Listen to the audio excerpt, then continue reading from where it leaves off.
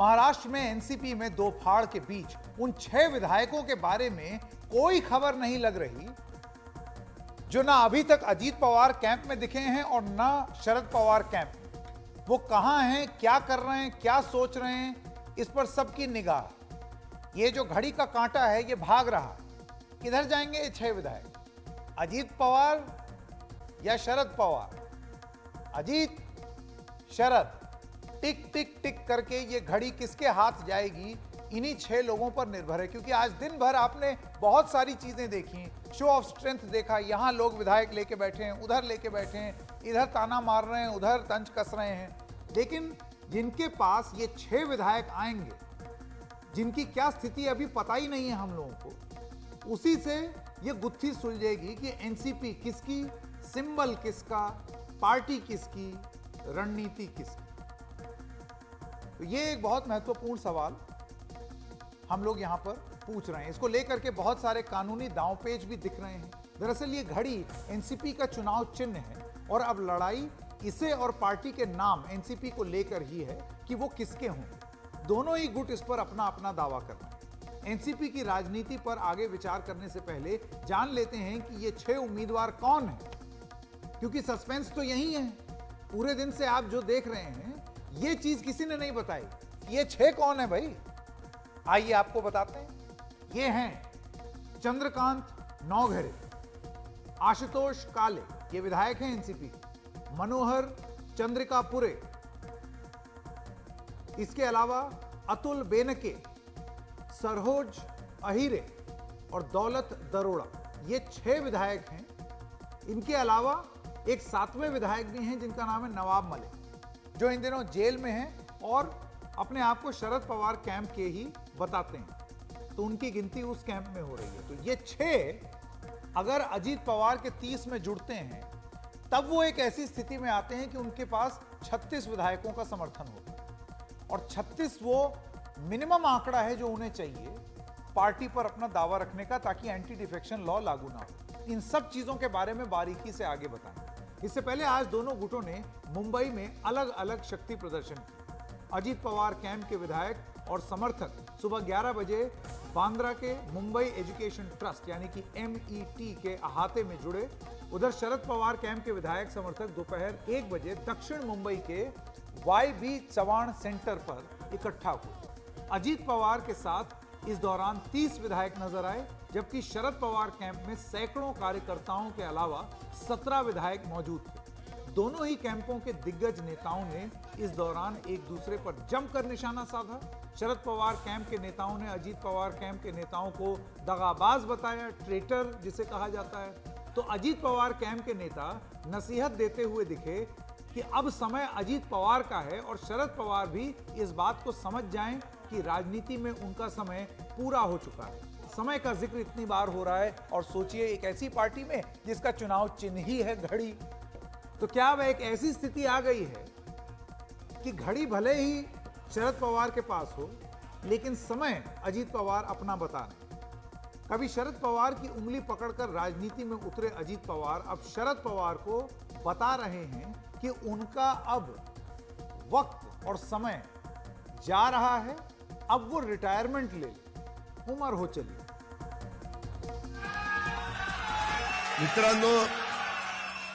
मित्रांनो आज स्वतः आपले वरिष्ठ नेते चव्हाण साहेबांच्या समाधीला गेले। ठीक आहे, चव्हाण साहेब आपल्या सगळ्यांचं दैवत आहे। माझ्याकडनं पण घोडचूक झाली होती। मी एक दिवस सकाळी 7 ते संध्याकाळी 8 पर्यंत तिथं न पाणी पिता न काही करता बसलेलो होतो। मला ते खूप मनाला लागलं होतं। परंतु मित्रांनो काळ आता जर वय जास्त झालं, 82 झालं, 83 झालं, तुम्ही कधी थांबणार आहात का नाही? तुम्ही आशीर्वाद द्या ना। त्याच्या संदर्भामध्ये आम्हाला वाटतं तुम्ही शतायुष्य व्हावं। ऐसा नहीं है कि ये सिर्फ अजीत पवार ही कह रहे हो। शरद पवार के अध्यक्ष छोड़ने की घोषणा पर रोने बिलखने वाले कार्यकर्ता भी अब उनके रिटायर होने का समर्थन कर रहे हैं। पवार साहेब का एक्सपीरियंस और अजीत दादा के काम करने की जो पद्धति है वो दोनों अगर साथ में आए तो इंडिया में इतिहास हो सकता है। अजीत दादा ने जो बोला है वो मुझे सही लग रहा है। अब जैसे बुजुर्ग एक बार अपनी उम्र होने पर अपने बच्चों को अपने अगली पीढ़ी पे जिम्मेदारियां सौंप देते हैं, वैसे पवार साहब ने भी अभी सोचना चाहिए। अगर वो दोनों मिलके समाज के लिए काम करेंगे तो समाज हित में कोई कमी नहीं रह सकती। हम तो अजीत दादा पवार के साथ हैं और दादा को हम लोग बहुत अच्छे से जानते हैं, उनके कामों को बहुत अच्छे से जानते हैं, तो हम हमेशा दादा की फेवर में ही जाएंगे।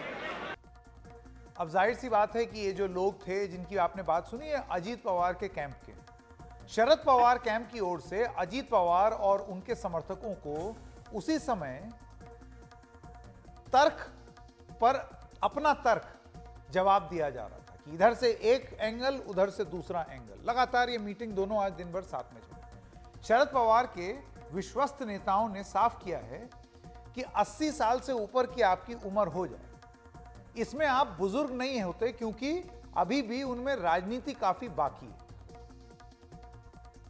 80 साल के हो गए, रिटायर हो जाइए, आशीर्वाद देना चाहिए उनको, लेकिन अभी भी जो है वो उसी पे रहना चाहेगा। 82 साल का शेर अभी भी जिंदा है। अरे सबसे देखो तो फारुख अब्दुल्ला साहेबांपेक्षा 3 वर्षांनी मोठे आहेत। मला विचारलं अरे क्या हो रहा है एनसीपी में, मतलब अंकल ऐसे ऐसे हो रहा है। अरे लड़ ले, मैं तो शरद से 3 साल बड़ा हूं, मैं लड़ रहा हूं, शरद को बोल मेरे तरह तू भी लड़ ले। 2019 में वो पवार साहब वो 81 साल के थे। पवार साहब सोलापुर से लेके कोल्हापुर तक, नासिक से लेके कोकन तक 80 ईयर ओल्ड है, 81 ईयर ओल्ड जब थे तब वो प्रचार के लिए आए थे। आप सबका कहना, मतलब मीडिया का कहना था राष्ट्रवादी और कांग्रेस के मिल के 25 के आगे संसद चुन के नहीं आएंगे, एमएलए चुन के नहीं आएंगे। पवार साहब घूमे। वैसे देखा जाए तो पवार साहब से ज़्यादा जो खुद को यंग समझते हैं सब नेता, हम भी है या कोई भी है, उन्होंने ज़्यादा घूमना चाहिए था, वो नहीं हुआ। तो उस एज में पवार साहब घूमे और 20 से लेके कांग्रेस राष्ट्रवादी के मिल के हम 90 तक पहुँचे। उससे पता चलता है कि एज नेचुरल है। उधर अपने समर्थकों को बगावत की वजह गिनाते हुए अजीत पवार ने कहा है कि सबको समझ लेना चाहिए कि मोदी ही देश में सबसे लोकप्रिय नेता हैं और उनके नेतृत्व में देश विकास कर रहा है। ये वो अजीत पवार हैं जो अब से कुछ देर पहले या कुछ समय पहले अलग अलग मुख्यमंत्रियों के साथ deputy chief minister. Ajit Pawar ने एक बैठक का हवाला देते हुए ये कहा कि उसमें शरद पवार ने कहा था कि 2024 में भी मोदी सरकार ही बनेगी। की आता आम्हाला अनेक बैठकामध्ये या सगळ्या पहिल्या राजनीतिज्ञांना विचारा, आमच्या वरिष्ठांनी सांगितलं 2024 मध्ये देखील मोदी साहेबच येणार। सांगितलं की नाही? मी खोटं नाही बोलणार बाबांनो, मला काय मिळवायचं खोटं बोलून? खूप काही तुम्ही प्रेम दिलं, खूप काही 4-4 वेळेला का 5-5 वेळेला उपमुख्यमंत्री झालो, माझं तर रेकॉर्ड झालं, पण तिथंच गाडी थांबते, पुढे काही जाईना। मला मनापासून वाटतं की मी राज्याचा प्रमुख व्हावं, माझ्या मनामध्ये काही गोष्टी आहेत त्या राबवायचं म्हटलं तर प्रमुख पद लागतं। लेकिन शरद पवार ने कहा कि भारतीय जनता पार्टी पर विश्वास नहीं किया जा सकता है। उधर अजीत पवार ने अपने समर्थकों को अपनी महत्वाकांक्षा के बारे में भी बताया। कहा कि मैं 5 बार उप मुख्यमंत्री बना, लेकिन अब मेरी इच्छा है कि मुख्यमंत्री बने ताकि राज्य की जनता की सेवा कर सकूं। अजीत पवार ने पुरानी गलतियों की बात कही और कहा कि 2004 के विधानसभा चुनाव में एनसीपी के विधायक कांग्रेस से ज्यादा थे और अगर उस समय हमने कांग्रेस को मुख्यमंत्री पद नहीं दिया होता तो आज महाराष्ट्र में मुख्यमंत्री केवल एनसीपी का ही होता। खैर, ये राजनीति चलती रहेगी। अभी सबका ध्यान इस ओर है कि वो मिसिंग 6, वो 6 विधायक इस घड़ी के पेंडुलम में किस तरफ झूलेंगे, कहां जाएंगे? अजीत पवार, शरद पवार, अजीत, शरद, तो ये पेंडुलम अभी भी चल रहा है, कार्यक्रम में 10 मिनट बीत चुके हैं। ये 6 कहां है ये पता नहीं है, लेकिन जो दिख रहे हैं वो अपनी वफादारी दिखाने के लिए कैमरों के सामने एफिडेविट भरते दिखे। ये शरद पवार समर्थक हैं जिन्होंने अपनी वफादारी दिखाने के लिए हलफनामों पर दस्तखत किया है। अजीत पवार के गुट ने एनसीपी के नाम और चुनाव चिन्ह के लिए चुनाव आयोग में अपना दावा भी पेश कर दिया। अजीत पवार कैंप की ओर से दावा किया जा रहा है कि उनसे 40 विधायकों और सांसदों के समर्थन में एफिडेविट चुनाव आयोग में भेज दिए गए। शरद पवार कैंप के नेता जयंत पाटिल ने चुनाव आयोग में कैविएट दायर की। कैविएट मतलब कि एक मेरी भी बात सुन लीजिए, और ये कह दिया कि इसका मतलब ये है कि अजीत पवार कैंप की मांग पर कोई भी फैसला देने से पहले हमारा पक्ष भी सुना जाए, इसी को कैविएट कहा जाए। जयंत पाटिल की ओर से यह भी कहा गया कि पाला बदलने वाले अजीत पवार समेत 9 विधायकों के खिलाफ अयोग्यता की कार्रवाई की मांग भी स्पीकर से कर दी गई और उस पर कार्रवाई लंबित है। स्पीकर को फैसला अब लेना है। अब सवाल यह है कि क्या अजीत पवार का गुट दल बदल निरोधक अधिनियम के तहत कार्रवाई से बच पाएगा? इसको कहते हैं एंटी डिफेक्शन लॉ। तो क्या वो इससे, ये जो दल बदल निरोधक अधिनियम है, उससे बच पाएंगे? दल बदल विरोधी अधिनियम जो है वो पार्टियों के बीच कूद फांद करने वाले विधायकों या सांसदों को हतोत्साहित करने के लिए बनाया गया है कि आप ये ना करते रहें, इधर से उधर आप कूदते रहें। पहले ये सीमा बहुत कम थी तो लोग अपनी पार्टी, एक पार्टी से चुनते थे और फिर उसके बाद दूसरी पार्टी में चले जाते थे। ये तो सरासर धोखा हुआ जनता के साथ। उसके बाद वो नियम बढ़ा, 1/3 हुआ, फिर वो नियम और बढ़ा। उसमें उत्तर प्रदेश की एक इतिहास रहा है। अब ये इसलिए किया गया ताकि सरकारें स्थिर रह सकें। इसके तहत अगर कोई स्वेच्छा से पार्टी छोड़ता है या पार्टी व्हिप का उल्लंघन कर सदन में वोट करता है तो उसकी सदस्यता चली जाएगी, यानी कि फिर वो मेंबर ऑफ द हाउस नहीं रहेगा, फिर चाहे वो पार्लियामेंट हो या फिर आपकी स्टेट असेंबली हो। इस कानून के तहत कार्रवाई से बचने के लिए किसी भी पार्टी के कम से कम 2/3 सदस्यों को अलग होकर किसी दूसरी पार्टी में विलय होना होगा, या फिर अगर 2/3 से ज्यादा हो जाएंगे तो वो अपने आप को पार्टी कह सकते हैं। इस मुद्दे पर ज्यादा बातचीत के लिए हमारे साथ हैं संसदीय मामलों के जानकार पीडीटी आचार्य। पीडीटी आचार्य जी, दल बदल अधिनियम जो है उसके तहत किसी को कैसे अयोग्य ठहराया जा सकता है? देखिए, दल बदल कानून जिसको 10th शेड्यूल कहते हैं कॉन्स्टिट्यूशन में, कॉन्स्टिट्यूशन का एक अंग है। उसके अंदर एक चुने हुए एक एमएलए हो या एमपी हो, वो चुनने के बाद अपनी पार्टी छोड़ते हैं तो वो अयोग्य किया जाता है उनको। जो अयोग्यता का जो फैसला है वो स्पीकर देते हैं। अगर कोई एमएलए या एमएलसी या एमपी अपनी पार्टी छोड़ के कहीं दूसरे ग्रुप में चले जाते हैं, शामिल हो जाते हैं, तो वो पार्टी जिसको उसने छोड़ा है वो पार्टी अगर पिटीशन देंगे स्पीकर को और स्पीकर से प्रार्थना करेंगे कि इनको डिस्क्वालीफाई किया जाए या अयोग्य किया जाए, तो स्पीकर उस पर फैसला देते हैं। तो अयोग्य बनाने का दो ग्राउंड्स है।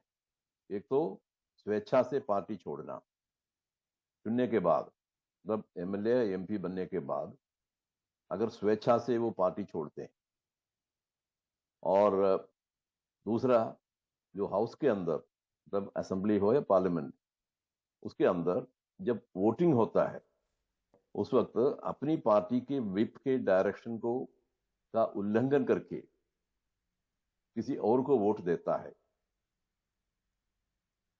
तो उस हालत में भी वो डिस्क्वालीफाई हो जाता है। ये जो दो ग्राउंड्स हैं डिस्क्वालीफाई करने का। और यहाँ महाराष्ट्र में जो है वहां पर जो पहला ग्राउंड मैंने जो कहा है, मतलब स्वेच्छा से पार्टी छोड़ी है, वो ग्राउंड, उसी ग्राउंड पर इन्होंने पिटीशन दिया है स्पीकर को। अब स्पीकर को इसके बारे में फैसला देना होता है। जब स्पीकर फैसला देंगे जी, अगर इनके पक्ष में है तो मान लेंगे, और इनके पक्ष में नहीं है तो वो कोर्ट में जाएंगे। जी आचार्य साहब, ये कहा जा रहा है कि 2/3 विधायकों के साथ अलग होने से अजीत पवार ये जो दल बदल अधिनियम है इसके तहत कार्रवाई से बच जाएंगे। क्या नियम ऐसा कहते हैं? 2/3 मेजोरिटी का मतलब तब होता है जब पार्टी विलय होती है दूसरी पार्टी में। अब मान लो 2/3 मेजोरिटी इनकी आती है, जो नंबर है वो 2/3 है, तो इनको दूसरी किसी पार्टी में विलय होना चाहिए, नहीं तो इनको 2/3 मेजोरिटी से कोई फायदा नहीं मिलता। ये एक महत्वपूर्ण बात आप कह रहे हैं, लेकिन आचार्य साहब आपके हिसाब से ये आपने बड़ी विचित्र बात बताई और महत्वपूर्ण बात बताई, अजीत पवार कार्रवाई से कैसे बच सकते हैं? देखिए, कौन बचेगा कौन नहीं बचेगा इसके बारे में मैं कुछ नहीं कह सकता। मैं सिर्फ कानून एक्सप्लेन कर सकता हूं, वो फिर स्पीकर के डिसीजन पर होता है। इसमें डिसीजन लेने वाला तो स्पीकर है, वो सारी चीजें देख करके एविडेंस के बेसिस पर और कानून के बेसिस पर एक फैसला देंगे, तो वही इंपॉर्टेंट है। तो इसलिए मैं नहीं कह सकता कौन बच सकता है। बिल्कुल, जो पिटिशन इन्होंने दिया है तो उसके बेसिस वो तो स्टडी करके स्पीकर सबको बुला करके पूछेंगे और उसके बाद एक फैसला देंगे। बिल्कुल। पीडीटी आचार्य साहब, आपका बहुत बहुत धन्यवाद। तो दल बदल अधिनियम कानून जो है, एंटी डिफेक्शन लॉ, वो ये कहता है कि आपको 2/3 से ज़्यादा बहुमत होनी चाहिए, तब आप जो हैं वो टूट करके जा सकते हैं और अपनी सदस्यता रद्द होने से आप बच सकते हैं। लेकिन ये 6 विधायक कहाँ जाएंगे ये हमको नहीं मालूम। और दूसरी चीज़ आप देखिए, एक बड़ी रोचक बात हो रही है, ठीक उसी तरीके से जैसे शिवसेना में हुई थी, अपने आप को गुट नहीं बताया था उन्होंने, एकनाथ शिंदे ने, वो अपने आप को ही शिवसेना बता रहे थे। तो क्या यही रणनीति अपनाई जा रही है? बिल्कुल एकदम टेक्स्ट बुक यही रणनीति अपना रहे हैं अजीत पवार, कि वो ये कह रहे हैं हमने तो पार्टी तोड़ी ही नहीं क्योंकि हम ही पार्टी। अब ये साबित होगा कि कितने विधायक उनके साथ जाते हैं। अब 17 तो शरद पवार के साथ हैं। एक सवाल ये भी उठ रहा है कि अगर ऐसा है तो महाराष्ट्र में एकनाथ शिंदे सरकार चल कैसे रही, है ना? क्योंकि कायदे में तो जो पीडीटी आचार्य साहब कह रहे हैं, तो फिर तो ये हो ही नहीं सकता था, क्योंकि बहुत सारे एमएलएज अभी भी उद्धव ठाकरे के साथ। तो उस पर बता दें कि सुप्रीम कोर्ट ने विधायकों की अयोग्यता तय करने का फैसला स्पीकर पर छोड़ दिया है और वो मामला भी महाराष्ट्र के स्पीकर राहुल नार्वेकर के सामने है। अब आते हैं दूसरे मामले पर कि एनसीपी में चुनाव निशान और पार्टी का नाम किसे मिलेगा। यह फैसला चुनाव आयोग को करना है। आपको याद होगा कि जब शिवसेना का मामला आया था तो अंत में चुनाव आयोग ने यह तय कर दिया कि वो एकनाथ शिंदे को चला जाएगा। चुनाव आयोग को इस केस में दोनों ही गुटों की ओर से पत्र भेज दिए गए हैं। शरद पवार गुट ने 3 जुलाई को अपना पत्र लिखा है, जबकि अजीत पवार के गुट ने 5 जुलाई को चुनाव आयोग को अपना पत्र भेजा है। लेकिन चुनाव आयोग के सूत्रों के मुताबिक इससे पहले 30 जून को भी अजीत पवार गुट ने एक पत्र उसे लिखा, जिसमें कहा गया कि अजीत पवार को 30 जून को ही अध्यक्ष चुन लिया गया था। ठीक इसके पहले दिन यानी 1 जुलाई को अजीत पवार ने उप मुख्यमंत्री पद की शपथ ले ली। लेकिन क्या आपको याद है कि 30 जून को अजीत पवार को पार्टी का अध्यक्ष चुने जाने की खबर नहीं या कहीं दिखाई दी? तो ऐसा अजीत पवार गुट ने क्यों किया हो? जानकार कहते हैं कि शिवसेना में एकनाथ शिंदे की बगावत से जुड़े मामले में सुप्रीम कोर्ट ने अपने आदेश में कहा है कि बहुमत किसके साथ है इसका फैसला चुने हुए विधायक नहीं बल्कि पार्टी करेगी जो विधायकों को टिकट देती। इसी के मद्देनजर अजीत पवार गुट ने पत्र में लिखा है कि 30 जून को उन्हें अध्यक्ष चुन लिया गया। लेकिन हमने एनसीपी का संविधान पढ़ा है, क्योंकि देखिए इतनी खिचड़ी हो जाती है इन सब मामलों में कि आपको फिर किताबों पर वापस जाना पड़ता है और यह जानने का प्रयास करना पड़ता है कि भाई कानून क्या कहता है। हर बार लगातार यह मामला कॉन्स्टिट्यूशनल एक्सपर्ट्स, कानून, उनके जानकारों के पास चला जाता है। तो संविधान क्या कहता है एनसीपी पार्टी का? उसमें अध्यक्ष का चुनाव इतना आसान दरअसल नहीं है।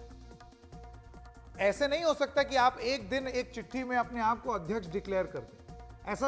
एनसीपी का ही संविधान बताता है। एनसीपी के संविधान के आर्टिकल 20(2) के मुताबिक कोई भी 10 डेलीगेट्स एनसीपी अध्यक्ष के चुनाव के लिए नाम प्रस्तावित कर सकते हैं और यह प्रस्ताव वर्किंग कमेटी के द्वारा तय तारीख तक या उससे पहले रिटर्निंग अधिकारी तक पहुंचना चाहिए।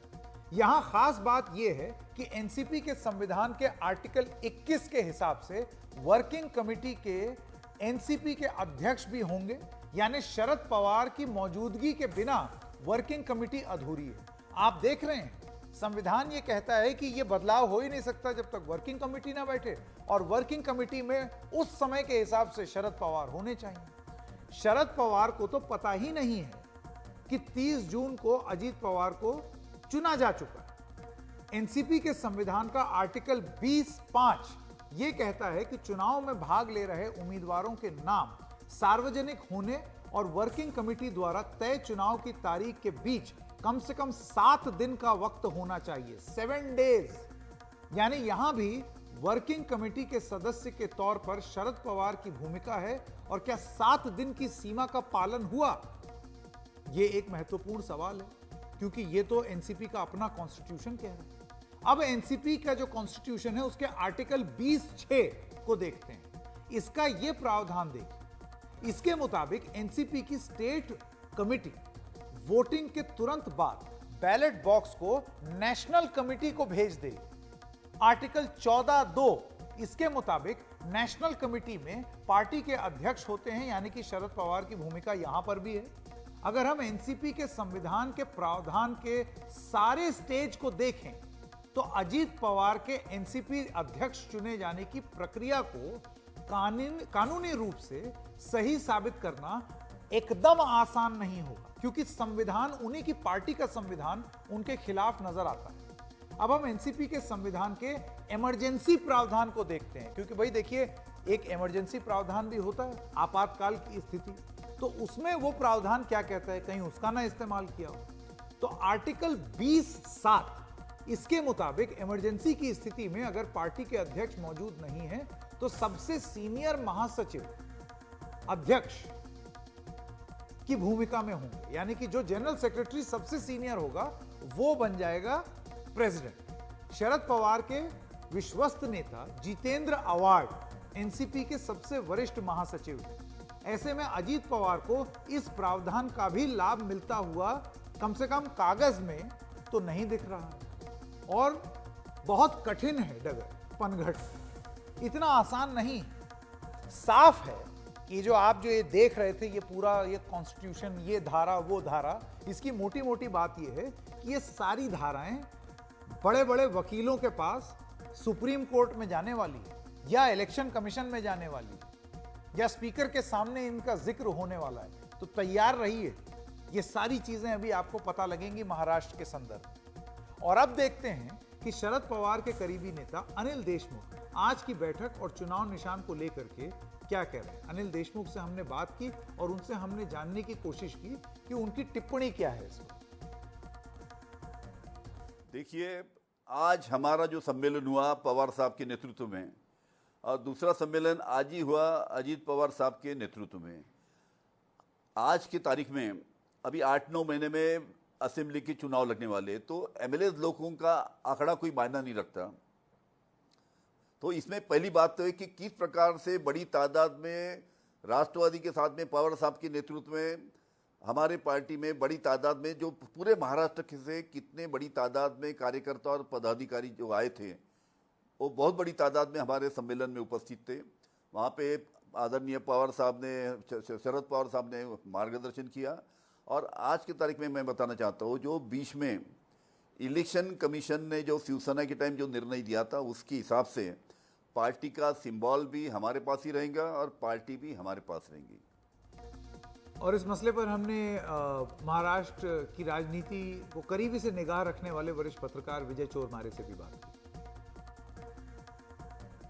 देखिए, जो आंकड़ा सामने है उस आंकड़े के हिसाब से अजीत पवार गुट में ज्यादा एमएलए है, ये तो क्लियर हो गया है। मगर दूसरी बात यह कि जो एमएलए आज की मीटिंग में, दोनों तरफ की मीटिंग में नहीं आए, जो दोनों तरफ की मीटिंग में जिन्होंने शिरकत नहीं की है, वो बहुत दूर दूर के इलाके के, नासिक के इलाके के, विदर्भ के इलाके ऐसे हैं, और वो बहुत ज्यादा वेल नोन एमएलए नहीं है कि जैसे कि उनकी भूमिका क्या है, उनके कितने करीब है, वो समझ नहीं आ रहा है, दोनों गुटों को समझ नहीं आ रहा है। एक तो नासिक की जो आहिरे है लेडी, उन्होंने तो बता दिया है कि मैं सोच रही हूँ, मैं दोनों को मानती हूँ। उन्होंने अभी अपना स्टैंड क्लियर नहीं किया, इसलिए जो 5-6 एमएलए जब तक जिन्होंने अपनी भूमिका स्पष्ट नहीं की है, उनके बारे में आज कुछ कहा नहीं जा सकता। मगर ये बात तो क्लियर है कि अजित पवार की पार्टी जिस तरह से आगे बढ़ रही है, उसके ये देखते हुए ऐसा ध्यान में आ रहा है कि आगे जाके जो 36 का आंकड़ा है एंटी डिफेक्शन लॉ से बचने के लिए, वो 36 का आंकड़ा, उस आंकड़े तक पहुंचने की उनकी कोशिश रहेगी। उसके लिए शायद आज शरद पवार के गुट में रहने वाले कुछ 1-2 एमएलए को भी लाने की उनकी कोशिश रहेगी, और जो नहीं जिन्होंने शिरकत की है आज की दोनों ही मीटिंग में, उनमें से कुछ लोगों को अपने गुट में लाने की उनकी कोशिश रहेगी। मगर एक जरूर है, एक क्लियर है कि वो उनकी कोशिश 36 का आंकड़ा गांठने की रहेगी।